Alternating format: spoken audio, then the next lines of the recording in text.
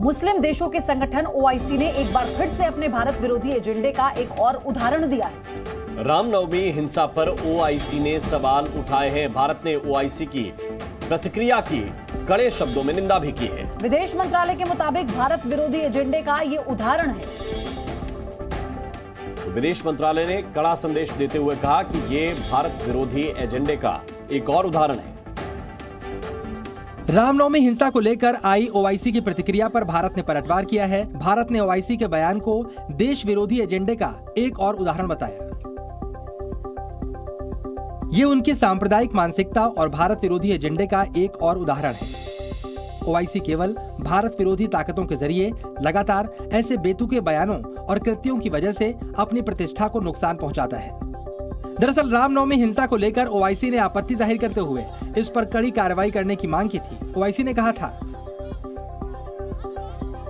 OIC general सचिवालय हिंसा और बर्बरता के ऐसे उत्तेजक कृत्यों की निंदा करता है।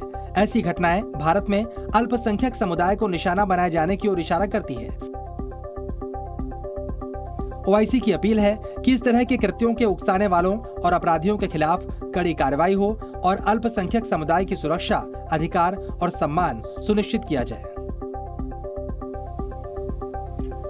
ज्यादा जानकारी के साथ ब्रह्म प्रकाश दुबे इस वक्त हमारे साथ जुड़े हुए हैं। ब्रह्म प्रकाश, एक बार फिर से ओआईसी ने अपने सेट पैटर्न पर, जिस पर वो बयान देने के लिए जाना जाता है, बयान जारी करने के लिए जाना जाता है, उसी पर आया और पलटवार जो विदेश मंत्रालय की ओर से हुआ है उस पर गौर होना चाहिए।